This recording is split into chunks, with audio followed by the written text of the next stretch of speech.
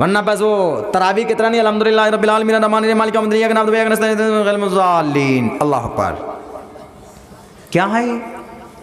سمجھ میں ہی نہیں آ رہا۔ ایک حافظ صاحب تھے،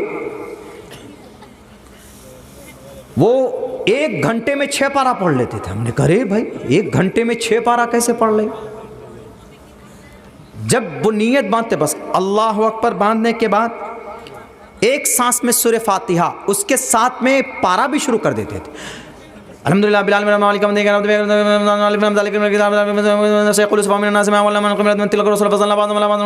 ان کو خود ہی سمجھ میں نہیں آ رہا یہ کیا پڑھ رہے ہیں۔ یہ انگلش بھی اتنی بے وفائی کے ساتھ نہیں لکھی جاتی، پھر تو قرآن ہے۔ اللہ کہہ رہا کیوں اقرأ وارتقی ورتل القرآن ترتیلا، صاف صاف کیا جلدی بازی ہے بھائی؟ 1 پارہ پڑھنا ہے ہم کو تراویح کی نماز میں، آرام سے پڑھیں گے۔ پورے 11 مہینہ تو کھاتے رہتے سوتے رہتے، اگر ہم پون گھنٹہ اگر 10 منٹ زیادہ لگ جائے گا تو آرام سے تو پڑھیں گے نا۔ سننے والوں کو بھی لگے گا کہ ہاں بھئی قرآن پڑھا جا رہا ہے۔ حدر میں زیادہ پڑھ سکتے ہیں ایسے الحمدللہ رب العالمین الرحمن الرحیم مالک یوم الدین ایاک نعبد و ایاک نستعین اہدنا الصراط المستقیم صراط الذین انعمت علیہم غیر المغضوب علیہم ولا الضالین، آمین، ایسے پڑھ سکتے ہیں۔ کیا حرج ہے؟ اس کو حدر بولتے ہیں۔ ابھی جو میں نے پڑھا اس کو تدویر بولتے ہیں، اور جو کھینچ کر پڑھتے ہیں وَجَاءُوا عَلَىٰ قَمِيصِهِ بِدَمٍ كَذِبٍ قَالَ بَلْ سَوَّلَتْ لَكُمْ أَنفُسُكُمْ أَمْرًا۔ قاری لوگ جو پڑھتے ہیں نا ایک دم خوب زور لگا کر، اس کو ترتیل بولتے ہیں، ترتیل اس کو بولتے ہیں۔ ایک رفتار ہے، 3 رفتار ہے، اگر ان تینوں رفتار میں قرآن پڑھا جائے تو کوئی دقت نہیں۔ باقی وہ جو چوتھا رفتار ہے حافظ لوگوں کا، ڈنڈا لے کر پیچھے مارنا چاہیے ان لوگوں کو کہ قرآن ایسے نہیں پڑھا جائے، یہ قرآن کا مذاق ہو جائے گا۔ پھر قرآن پڑھیے، اللہ نے قرآن نازل کے اس انداز میں پڑھیے کہ اللہ کے نبی پڑھتے تھے تو جانوریں قرآن کریم سن لیا، جانوریں سنتے تھے، جنات آ جاتے تھے سننے کے لیے، پرندے رک جاتے تھے قرآن کریم کی آیت کو، قرآن کریم کو سن کر۔ لیکن آج کل تو جناب اتنی جلدی میں قرآن پڑھتے ہیں، جو لوگ جانتے بھی ہیں تو وہ لوگ بھی ان کے بھی الفاظ صحیح نہیں، کم سے کم لفظ صحیح کر لیجئے۔ الف کہاں سے نکلے گا؟ الف با تا سا، زبان کی نوک ثنایا سفلا، ثنایا اولیاء کا کنارہ آیا، سا جیم ہا، میں تقریر نہیں کر رہا ہوں آج، قرآن سکھا رہا ہوں آپ لوگوں کو، ہا خا دال ذال را زا سین شین، فرق ہے، سین شین میں فرق ہے، صاد ضاد طا، ایک طا ہے ایک با اور تا ہے، وہ مخرج ایک ہی جگہ سے نکلتا ہے دونوں، لیکن ایک پتلا کر کے پڑھتے ایک موٹا کر کے پڑھتے۔ طا ضا طا عین غین فا قاف، قاف بڑا قاف ہے، قاف جس سے قرآن ہے، قرآن جس سے کریم ہے وہ چھوٹا قاف ہے، قاف کاف لام میم نون وا یا حمزہ، یہ مخارج ہوئے۔ جب آپ کہیں کسی قاری، کس کو بولتے ہیں؟ قاری اسی کو بولتے ہیں جو مخرج سے ایک مخارج کو ایک ادائیگی کے ساتھ قرآن کی، اس کی کچھ کتابیں ہیں اور اس کو پڑھنا پڑتا ہے، کچھ قواعد ہیں اس کو پڑھنا پڑتا ہے، تو آپ بڑی آسانی سے پڑھ سکتے ہیں۔ لیکن مخارج تو سب آدمی کو یاد کرنا چاہیے، ہر ایک آدمی کو۔ بڑے آدمی ہیں الفاظ کے اندر گڑبڑی کرتے ہیں، زور لگا کے بولو، کیا ہے زور لگا کے بولو؟ زور زا ہے، زور لگا کے بولو، یہ ہے قرآن۔ اسی لیے اللہ نے قرآن کریم میں کہا وَرَتِّلِ الْقُرْآنَ تَرْتِيلًا، قرآن کریم کو آرام سے سمجھ کر پڑھیے۔ حضرت ابو امامہ باہلی رضی اللہ تعالیٰ عنہ فرماتے ہیں کہ من اراد العلم فلیتدبر القرآن، جو آدمی علم کا ارادہ رکھتا ہے اس کو چاہیے کہ وہ قرآن میں غور و فکر کرے۔ قرآن کریم کے اندر اللہ تبارک و تعالیٰ نے آخرت کے تمام علوم اور دنیا کے تمام علوم کو جمع کیا ہے، تمام علوم کو جمع کیا، بس شرط یہ ہے کہ اس کے اوپر غور ہونی چاہیے، اس کے اوپر فکر ہونی چاہیے، کھوج ہونی چاہیے۔ پڑھے اس کو آدمی غور و فکر کے ساتھ تو انشاءاللہ تبارک و تعالی ضرور اس کو اس کا سمسیا کا سمادھان ملے گا۔ دنیا کی کسی کتاب نے آخرت کے بارے میں کوئی فضیلت بیان نہیں کی. رگ وید، یجروید ہو، سام وید ہو، اترو وید ہو، رامائن ہو، مہا بھارت ہو، ہر کتاب میں کچھ نہ کچھ اچھی چیزیں ہیں، لیکن مرنے کے بعد کوئی پن ملے گا یا اس پر عمل کرو گے تو کیا ثواب ہوگا، یہ چیزیں نہیں بتائی گئی. لیکن قرآن کریم میں صاف صاف لفظوں کے اندر کہا گیا ہے کہ اگر تم کوئی ایک نیکی کرتے ہو تو اللہ تبارک و تعالیٰ کبھی کبھی 10 نیکیاں عطا فرماتا ہے. اگر تم نماز پڑھو گے تو نماز تم کو بے حیائی بری باتوں سے روکتی ہے. ان الصلاۃ تنہی عن الفحشاء والمنکر، قرآن کریم کی 14ویں پارے کے اندر اللہ تبارک و تعالیٰ نے بیان کیا ہے. اور قرآن کہتا ہے اگر تم روزہ رکھو گے، کتب علیکم الصیام کما کتب علی الذین من قبلکم لعلکم تتقون، کیوں تم روزہ رکھو گے تو اس روزہ رکھنے کی وجہ سے تمہارے اندر تقوی پیدا ہوگا، تمہارے اندر ڈر آئے گا، تمہارے اندر سے گناہ کا بوجھ دور ہوگا، تم گناہ سے دور ہو جاؤ گے. ایک ایک عمل کا اس کا سائنٹیفکلی میڈیکل اعتبار سے بھی اس کا فائدہ بتایا ہے. پوچھو رگ وید سے، یجروید سے، سام وید سے، اترو وید سے، رامائن سے، مہا بھارت سے، گیتا سے، پران سے، شیو پران سے، گرور پران سے، بھگوت پران سے، آواستھا سے، دساتیر سے، ان کتابوں سے پوچھئے کہ کوئی اچھا عمل کرے تو دنیا میں اس عمل کا ریئیکشن کیا ہوگا یا اس کا منافع کیا ہوگا. دنیا کی کوئی بھی کتابیں نہیں کہے گی کہ تم اگر پوجا کرو گے تو تم کو یہ فائدہ ہوگا. نہیں، پوجا کرو کس لیے؟ بس پوجا کر رہے ہیں جی. کوئی پریشانی دور ہو گئی، پریشانی دور ہونے کے لیے پوجا کرتے نہیں. قدرتی طور پر بتاؤ نا کہ اگر کوئی ہم اچھا عمل کریں گے تو اس کے بدلے میں کیا ملے گا. ہم تو اتنا جانتے ہیں کہ وَنَهَى النَّفْسَ عَنِ الْهَوَىٰ فَإِنَّ الْجَنَّةَ هِيَ الْمَأْوَىٰ، اگر کوئی برائیوں سے روکتا ہے اپنے آپ کو اور نفس کو کنٹرول میں رکھتا ہے تو اللہ تبارک و تعالیٰ نے اس شخص سے وعدہ کیا ہے کہ فردن ایک ایک نیکی چھوڑو. وَنَهَى النَّفْسَ عَنِ الْهَوَىٰ، ہمارے جوان کو فلم دیکھنے کی کا من کرتا ہے، ہمارے جوان کو جوان بیٹی کی عزت لوٹنے کا من کرتا ہے، ہمارے نوجوان کو شراب پینے کا من کرتا ہے، ہمارے سماج کے کچھ لوگوں کو چائے کی دکان پر بیٹھ کر کسی کے خلاف غیبت کرنے کا من کرتا ہے، لیکن وہ رک جاتا ہے. وَنَهَى النَّفْسَ عَنِ الْهَوَىٰ، خواہش نفس کو پورا کرنے سے رک جاتا ہے تو اللہ کیا دیتے ہیں اجر؟ فَإِنَّ الْجَنَّةَ هِيَ الْمَأْوَىٰ، جنت اس کا ٹھکانہ ہوگا. دنیا کی کسی کتاب میں نہیں، صرف قرآن کریم میں. میرے بھائیو، کسی بھی کتاب سے پوچھ لیجئے، دنیا کی کسی بھی کتاب سے آئے کیسے کوئی بھی کتاب نہیں بتا پائے گی. توریت، زبور، انجیل کا وہی میتھڈ ہے جو قرآن کا ہے. اور جو کتابیں، بڑی کتابیں جو دعوے کیے جاتے. ابھی کل میں حیدرآباد میں تھا، پرسوں میں اپنے استاد سے ملنے کے لیے گیا. انگلش ہاؤس اکیڈمی کے ہمارے ٹیچر زما سر، وہ ہمارے ٹرینر بھی رہے، ان سے ملنے کے لیے گیا. تو جب میں سنسکرت پڑھ رہا تھا ان کے سامنے میں، تو انہوں نے لوگوں سے یہ انٹروڈیوس کرایا کہ یہ مولانا ایسا ہے، ان کے ہاؤس میں کم سے کم 150 بچے تھے، ان میں 10 عالم دین تھے. تو انہوں نے یہ کہا کہ اس میں ایک ایسا عالم ہے کہ جو اس کے اندر ایک چیز الگ ہے. تو انہوں نے کہا کہ وہ چیز الگ یہ ہے کہ وہ سنسکرت جانتے ہیں، سنسکرت گرامر کو جانتے تھے. میرا نام پیش کیا، ہم کو بلائے، اسٹیج پہ ہم گئے. ہم نے کہا کہ سر سنسکرت گرامر، سنسکرت سیکھنا، گرامر سیکھنا ہمارا شوق ہے، ہم پڑھتے ہیں. نام لوگ ویسے چترویدی لگا دیا ہے، ورنہ سنسکرت گرامر بہت سے پروفیسرز بھی جانتے ہیں. منتر و شلوک پڑھتے ہیں تو لوگ چترویدی لگا دیتے. چترویدی کوئی بہت خوبصورت، بہت اچھا ٹائٹل نہیں ہے، بس چترویدی لگا دیتے. چترویدی اور کسی برادری سے بلونگ کرتے ہیں، ہندو دھرم میں پنڈت کی برادری میں آتا ہے تو اس کو تریویدی بھی بول دیتے ہیں، چترویدی بھی بول دیتے ہیں.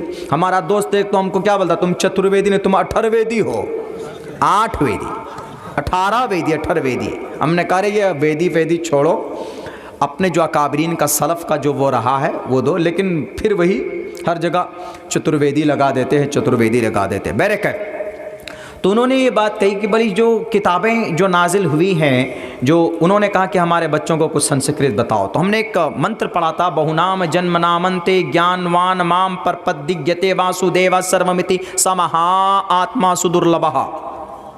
اس کا مطلب اس کا مطلب شارٹ کٹ میں اتنا ہے جیسے ہمارے نبی کو ہم لوگ کیا مانتے ہیں؟ جناب محمد رسول اللہ صلی اللہ علیہ وسلم کو آخری نبی مانتے ہیں، جو پیغام اللہ کے نبی لے کر آئے اس کو بھی ہم آخری مانتے ہیں، اسی پر ہماری کامیابی ہے، اسی نبی کے اوپر اللہ تبارک و تعالیٰ نے اس قرآن کریم کو اتارا، اللہ کے نبی علیہ السلام کو۔ اللہ کے نبی کی سب سے مبارک جگہ پر، کہاں پر؟ قلب میں، دل میں۔ دل سے مبارک، دل سے اشرف اور دل سے بہتر جگہ دنیا میں کوئی نہیں۔ شہروں میں مکہ، مہینے میں تمام مہینوں کا سردار رمضان میں، شہروں میں مکہ، اور فرشتوں میں جبرائیل کے ذریعے، اور پارٹس آف باڈی میں سب سے بہترین جگہ کون ہے؟ دل ہے۔ تو انہوں نے یہ بات کہی کہ ہم نے کہا کہ سر سنسکرت اس لیے ہم سیکھے ہیں، جانتے ہیں، تاکہ ہم جان سکیں کہ سنسکرت میں جو اتنی ساری کتابیں ہیں وہ کتابیں آئی کیسے کیسے۔ جیسے رگ وید ہے، رگ وید کس پر نازل ہوا؟ کون سا دودت لے کر آیا؟ رگ وید لے لیجئے، یجروید لے لیجئے، ساموید لے لیجئے، اتھرو وید لے لیجئے، اپنشد لے لیجئے، یہاں تک کہ پران لے لیجئے۔ یہ 3 کیٹیگری کی کتاب ہے۔ پہلے نمبر پر وید، پھر اس کے بعد اپنشد، اس کے بعد پھر پرانس، 18 پران۔ یہ تینوں کیٹیگری کی کتابیں کس نے لکھی؟ کہاں سے آیا جی؟ کچھ عطا پتہ نہیں۔ ایشور کے پاس سے کون لایا؟ جیسے ہمارے یہاں تو عام ہے، آپ سے کوئی پوچھے کہ بھئی قرآن کیسے نازل ہوا، آپ کہیں گے کہ اللہ کے نبی پر نازل ہوا ہے۔ کیسے نازل ہوا؟ جبرائیل امین لے کر آئے۔ اچھا یہ قرآن ہے کہ ھذا بلاغ للناس، کھلا ہوا خط ہے، ھذا بلاغ للناس پوسٹ کارڈ ہے، لوگوں کے نام، مسلمانوں کے نام نہیں۔ موہن بھاگوت کو ہم نے یہی بات کہی تھی، ہم نے کہا کہ sir this is not for Muslim, Quran Allah send down to the earth and to teach the only people, to teach the people, لوگوں کو بتانے کے لیے اللہ نے قرآن نازل کیا ہے، صرف مسلمانوں کو نہیں، لوگوں کو۔ بلاغ للناس، ھذا بلاغ للناس، شہر رمضان الذی انزل فیہ القرآن ھدی للناس، سب کے لیے۔ کوئی بھی بتا دے گا کتنے دنوں میں نازل ہوا جی، کچھ سالوں مکہ میں نازل ہوا، کچھ مدینہ میں نازل ہوا، یہ قرآن سب بڑی آسانی سے بتا دیں گے۔ لیکن پوچھ لو کہ وید کہاں سے نازل، کب، کون لے کر آیا، نہیں بتائے گا کوئی۔ اچھا نبی کون سا ہے بتا دو جس پر اوتریت ہوا، جی پتہ نہیں اس نبی کا کیا نام۔ وہ دودت کون سا ہے، فرشتہ کون ہے جو لے کر زمین پر آیا، نہیں بتا پائے گا۔ آخر ہے کون اس کا رچنا؟ اچھا یہ قرآن ہے کس کا؟ آپ تو بول دو گے کہ اللہ کا کلام ہے، چونکہ اللہ نے قرآن میں بیان کیا وَإِنَّهُ لَتَنزِيلُ رَبِّ الْعَالَمِينَ، میری طرف سے ہے۔ ویدوں کے بارے میں پوچھو کہ وید کس کا کلام ہے، اتنا تو کہا جاتا ہے کہ ایشور کا ایشوانی ہے، ایشور کا ایشوانی۔ ایشوانی، آکاشوانی بولتے ہیں نا ہم لوگ، پہلے زمانے میں آکاشوانی ہوتا تھا، ریڈیو میں خبر سنتے تھے تو اس میں کیا بولا جاتا تھا ایف ایم میں، یہ کلکتہ کا آکاشوانی ہے۔ کن کے لیے؟ کلیاچک والوں کے لیے۔ کلکتہ کا آکاشوانی، آکاش مینس آسمان، وانی مینس آواز، آکاشوانی آسمان کی آواز، یعنی وہ آواز آسمان کے طرف سے ہو کے آتی تھی۔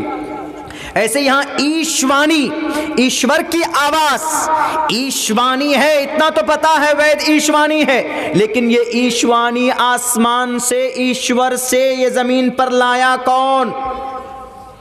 قرآن کے بارے میں تو پتا ہے جبرائیل لائے، توریت کون لایا؟ جبرائیل ہی لائے۔ جتنی بھی انبیاء کو کتابیں صحیفے دی گئے جبرائیل لاتے تھے اللہ کی وحی، لیکن رگ وید کون لایا؟ اس دودت کا نام کیا نہیں معلوم۔ اچھا یجروید رگ وید سے چھانٹ کر بنائے جی، سام وید اسی سے چھانٹ کر بنائے، ہے تو ایشوانی، تو بتائیے کون لانے والا؟ گڑبڑی یہیں پر ہو جاتی۔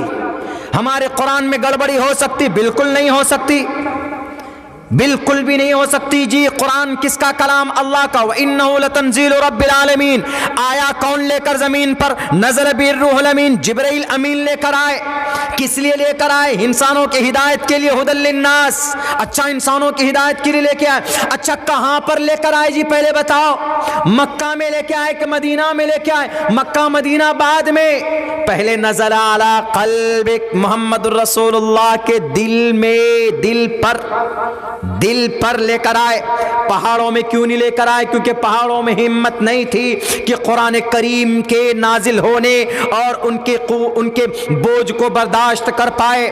چونکہ اللہ تبارک و تعالیٰ نے جب قرآن کو پہاڑوں پر نازل کرنے کا ارادہ کیا، لو انزلنا، اللہ کہتا ہے کہ اگر میں اس قرآن کو پہاڑوں پر اتارتا تو پہاڑ ریزہ ریزہ ہو جاتا. لو انزلنا هذا القرآن على جبل لرأيته، وہ پہاڑ کو تم دیکھتے کہ وہ ریزے ریزے ہو جاتے. اس میں اتنی طاقت نہیں تھی کہ قرآن کریم کے بوجھ کو برداشت کر پائے. اللہ کے نبی کے قلب اطہر پر قرآن کریم کو اتارا گیا. دنیا والوں تمہیں چیلنج ہے، بھارت کے ٹوٹل دھرم گرنتھوں کے گرووں، تم آؤ ایک طرف، عبداللہ سالم ایک طرف رہے گا، کرسچن ہو، جین ہو، بودھ ہو، کنفیوشنزم ہو، تمہاری ایک ایک کتاب کو میں پڑھتا، مجھے پتا ہے کہ تمہاری کتاب کہاں سے آئی. توریت لے کر آئیں گے، بائبل لے کر آئیں گے، لیکن بائبل کے ماننے والے انجیل کے ماننے والوں نے انجیل کو بدل دیا ہے، توریت کے ماننے والوں نے توریت کو بدل دیا ہے، زبور کے ماننے والوں نے زبور کو بدل دیا. ویدات کا پتہ نہیں، صرف اتنا پتا ہے کہ ایشوانی لے کر آئے کون، اس کے رچناتمک کون ہے. کہا جاتا ہے کہ صدیوں پہلے یہ سینہ بسینہ ان کے اشلوک، ان کے منتر ایک سینے سے دوسرے سینے تک، یعنی ایک استاد اپنے شاگرد کو، پھر وہ اپنے شاگرد کو، وہ اپنے شاگرد کو، ایک سینے سے دو سینہ تک منتقل ہوتا تھا. لیکن اس کے اوپر پہلا کوئی نہ کوئی استاد تو ہوگا، اس پر کہاں سے آیا؟ کہا جاتا ہے کہ اس ویدوں کو جمع کرنے والے منش کا نام ہے وید ویاس جی. بس صرف وید ویاس جی. کون ہے وید ویاس جی؟ کہاں رہتے ہیں وید ویاس جی؟ محمد الرسول اللہ کے بارے میں پوچھو. محمد رسول اللہ مکہ میں پیدا ہوئے، 8 فٹ چوڑا 9 فٹ لمبا اس گھر میں پیدا ہوئے. محمد رسول اللہ کے ابا کون؟ عبداللہ، جن کو سنسکرت میں وشنو یس کہا گیا. محمد رسول اللہ کی اماں کا نام کیا ہے؟ آمینہ، سنسکرت میں سومتی کہا گیا. محمد رسول اللہ کہاں پیدا ہوئے؟ ھذا البلد الامین، مکہ المکرمہ میں پیدا ہوئے. سنسکرت میں کہا گیا ہے بھذا البلد، شمبل گرام کہا گیا. اللہ کے نبی کہاں پیدا ہوئے؟ کس گھرانے میں پیدا ہوئے؟ قبیلے قریش میں اور بنی ہاشم کے خاندان میں پیدا ہوئے. سنسکرت میں کہا گیا براہمنیس گہاتمن، براہمنیس گہاتمن بھون وشنو یشسا کل کی پرادر بھوشتی. آپ کے دوست کون تھے؟ آپ کے دوست ابو بکر تھے، عمر فاروق تھے، عثمان تھے، علی تھے، اور بھی صحابہ کرام تھے آپ کے جو دوست بنے. سنسکرت میں کہا گیا چتربر براتری بردیو کرشیامی کلکشیم، 4 دوست ہوں گے ان کے ساتھ جو ہمیشہ ہر وقت ان کے ساتھ ہوں گے. کوئی ان کا دامن نہیں چھوڑے گا، کوئی ان کا ساتھ نہیں چھوڑے گا. بدر کا میدان ہو، احد کا میدان ہو، چاہے شیب ابی طالب کا گھاٹی ہو، چاہے مکہ المکرمہ کے دور و دیوار پر نبی کے اوپر ظلم و زیادتی کے پہاڑ توڑے جا رہے ہو، ہر مقام پر اللہ کے نبی کے ساتھ ابو بکر صدیق کھڑے تھے. اس لیے قرآن میں کہا لا تحزن ان اللہ، فقال لصاحبہ لا تحزن ان اللہ معنا. اے ابو بکر صدیق آپ گھبرائیے نہیں، اللہ تبارک و تعالی ہمارے ساتھ ہے. میرے بھائیو ایک ایک ایڈریس بتا رہا ہے کہ نہیں بتا رہا؟ اللہ صرف قرآن میں نہیں، ہر جگہ بتا رہا. اب پوچھئے دنیا کے اور کتاب والوں سے کیسی آئے، کیا آئے، نہیں بتا پائیں گے. تو یہ چیز ہے، ایک ایک چیز، ایک ایک وجہ آنے کی وجہ دنیا میں اللہ تبارک و تعالیٰ وہ بھی بیان کر رہا ہے. اس سے صاف پتہ چلتا ہے کہ قرآن کریم ہمارا آخری اوتھینٹک فائنل اللہ کا کلام ہے. ہم اس کو سنبھال کر رکھیں گے، اس سے جڑ کر رہیں گے تو انشاءاللہ تبارک و تعالیٰ کبھی ذلیل اور رسوا نہیں ہوں گے. جو لوگ قرآن نہیں پڑھنا جانتے ہیں ابھی تک، نوجوانوں بے شرم رنگ گانا تو یاد کر لیے بہت جلدی، یوٹیوب میں دیکھتے، فیس بک میں دیکھتے یاد ہو جاتا ہے. لیکن کبھی کبھی آپ کو کوئی صورت بھی یاد ہو جانا چاہیے. کسی قاری صاحب کی تلاوت سن کر یوٹیوب میں یاد کر لیا کرو، سن کر ہی ایک حرف پڑھو گے تو اللہ نیکی عطا فرمائے گا.